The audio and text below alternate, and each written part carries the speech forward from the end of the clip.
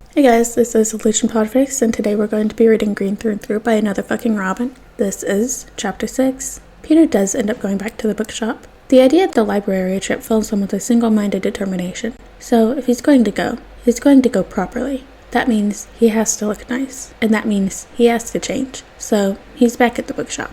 Everything is a couple sizes too big, but that works to his advantage. The loose fabric works to cover most of his body, and trap heat. He's now wearing a large black hoodie with a little yellow embroidered bat on the chest and blue sweatpants with two strands interlocking W. His hands are lost in the hoodie's long sleeves and the bottom of it hangs halfway to his knees. Meanwhile, the sweatpants are cinched around his waist to try and keep them from falling down, but the inside of them are both lined with soft fluff that makes him warm and calm. The bag also has a used pair of trainers inside. Though it pains him, he rips the pages out of some books. Non-fiction books, though, because MJ would gut him if he desecrated fiction, and stuffs the paper in the toes so that he can shake his feet around without the shoes flying off. Before he knows it, he's back on the streets. The city, Gotham, reeks of drugs, vomit, and blood. And the area he's in, affectionately nicknamed Crime Alley, seems to be home to the worst of it. Every corner he turns adds to the growing vibe of fight, hide, danger that seems to encase this strange city. He distinctly thinks that the name is a bit on the nose. I mean, really? Gotham? Might as well have it called Emoville or something. You can't deny that it is fitting, though. The air is grittier here, and the shadows are darker, and the people hold themselves with the air of don't fuck with me. All in all, it's a place that could really use Spider-Man. The trek to the library eventually brings him out of Crime Alley, and into an area that pings his spider senses less. Here, it smells less like gunpowder and narcotics, and more like sweat and impatience. The streets swarm with people rushing to get to where they need to go. Unlike the deserted streets of the alley, where if you saw anyone, you're probably going to get mugged, it's a welcome change. The push of people from all sides remind him of home. The orchestra of footsteps and cars and voices drown out everything else, insulating him in the here and now. He easily gets lost in the motions of travel, mindlessly following his spidey sense and the sound of rustling papers. He tried to read the map on the pamphlet, but his brain became quickly confused by the senseless crossing lines and the odd symbols, so he opted to following his instincts instead, and his instincts have led him here. The library is huge. No, not huge. Grand. All marble and towering and tall. He stares up at it with eyes wide in wonder for a long time, trying to take it all in. Sounds of struggle snap him out of his amazement and back to the present. He makes his way over to the source of the sun cautiously. He can't do anything drastic without a mask, but he can't just stand by either. He is met with the back of a head of fiercely red hair, and even fiercer words as a woman hits a button to no effect. It dawns on him that she's trying to open the door, but can't. Presumably because the button that would normally open it is broken, and opening a door while in a wheelchair is insanely difficult. Peter knows that from his friendship with Matt, that if a disabled person needs help, they'll ask. But this person is very clearly getting frustrated, and everyone else is just walking past. He approaches slowly, and she clocks him right away. There's a flash of something like recognition in her eyes, something Peter would have noticed if he were fully present.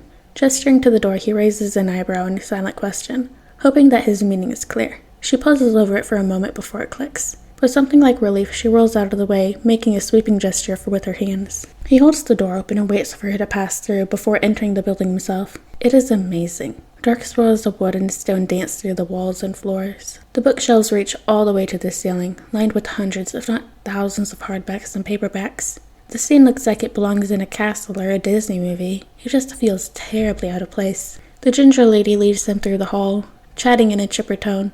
Though he can barely hear her over the turning of pages and hushed conversations, he follows her over to a desk, fiddling intently with the cuffs on his sleeves. Her voice drifts off with the intonation of a question. He blinks up at her, waiting for her words to register and process in his head. She waves a hand to get his attention and points at a little lanyard strung around her neck. Her name is Barbara. Then she points to him. Oh. She was asking his name. She wants to tell her, but he can't talk. He feels like there's a golf ball stuck in his throat, and he's too exhausted from his words earlier to try and talk around it. He tries to recall any signs he learned from Clint and Miss Lopez. Signing is always easier than talking when he gets like this, but his intended meaning fizzles out before he can connect it to any words or signs. He just ends up flapping his hands around in distress. Barbara places a gentle hand on his arm, causing him to jump back, arms flying up to protect his face. Her hand quickly retracts. He doesn't notice. He closes his eyes tightly, hands opening and closing mechanically at his chest, trying to get a grip on the rising need to run, or maybe wound? What is wrong with him? He's sorry. He's so sorry. He can hear slow, careful words. He doesn't know where they're coming from. The voice isn't one he recognizes, but it's working, slowly scrubbing the green haze from his mind. Eventually, his breathing slows, his hands relax, and the world fuzzes back into focus. Barbara asks a small question, which he doesn't even try to understand. What was he thinking coming here? He needs to get home. Home is happy and safe. He shoots her an apologetic look and walks away, head hung low, hands stuffed into his pockets, nails digging crescents into his palms. He can hear her calling out to him. He walks faster. He's going to get home, and they're going to fix whatever's wrong with him. He finds a quiet corner, hidden away from the cameras and the people and the noise that is now grating and sharp.